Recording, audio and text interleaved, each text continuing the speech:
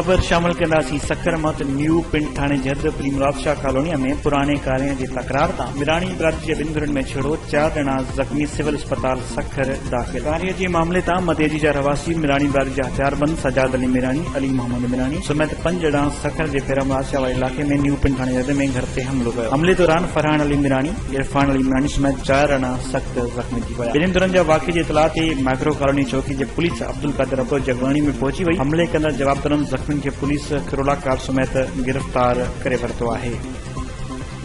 खबर शामिल कंदासीं हालाणी मां गोठ कमाल सोलंगी जो रवासी सावल सोलंगी प्रेस क्लब हालाणी पहुची करे प्रेस कॉन्फ्रेंस में चयो त कुछ महीना अॻु ज़ुल्फकार रिंद असांजी कार किराए ते हलाईंदो हो जंहिं असांजी कार गुम कई आहे। ज़ुल्फकार ड्राइवर रिंद हलाईंदो जेको 2-3 महीना हलाए ऐं पोइ कार असांजी पीउ पुटनि सलाह करे गुम करे छॾी।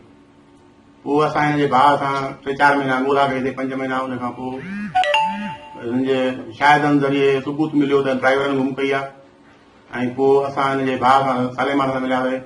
उन चयो त असांजो भाणे जो जेको आहे भुंग ते गाॾी वापसि कराए हुजे ऐं 2 लख घुरे थो। पोइ असां हुनखे 50,000 ॾिनो। पोइ त बि गाॾी असांखे वापसि न कयनि। आसरा ॾींदा रहिया साईं इब्रार शाह वटि फ़ैसिलो करायोसीं। बरोबर सभु शाहिद हुया हुननि जा असांजा बि हुया। उन फ़ैसिले में ॾोही पिया ॻाल्हियुनि में पोइ साईं इब्रार शाह हुनखे मोहलत ॾिनी 15 ॾींहंनि जी त या पैसा ॾियो 15 ॾींहंनि में या गाॾी साॻी ॾियो वापसि।